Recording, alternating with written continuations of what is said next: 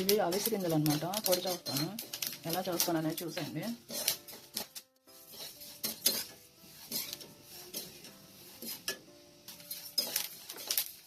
జీలకర్ర కూడా వేస్తున్నాను.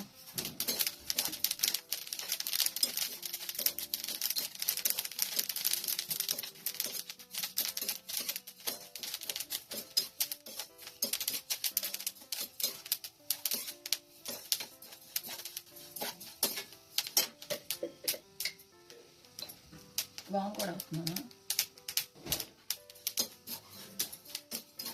వాము అవిసి గింజలు జీలకర్ర అన్నమాట.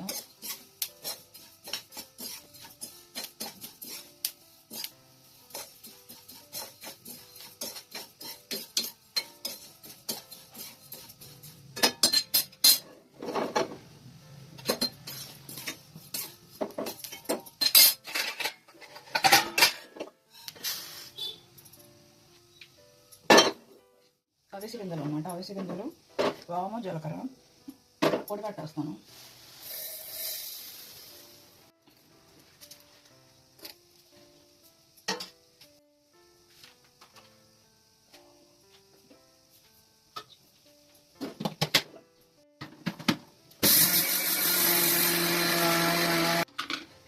ఇందులో అయితే నేను ఎండుమిరపకాయలు ఇలాంటివి ఏమీ లేదు. ఉట్టి వాము, జీలకర్ర, అవిసి గింజలు.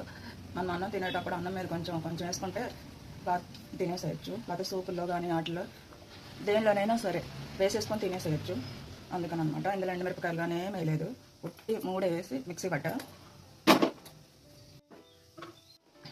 ఇదిగోండి, మనం ఏదైనా ఎండుమిరపకాయలు కానీ ఏమన్నా వేస్తే అస్సలు తినలేము. సూపర్గా ఉంది.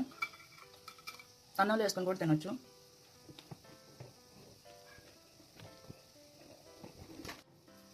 అవిసి గింజలు చాలా మంచిదండి. దేనిలోనే వాడుకోవచ్చు. ఎక్కువగా తింటే వెయిట్ లాస్ అవుతారు.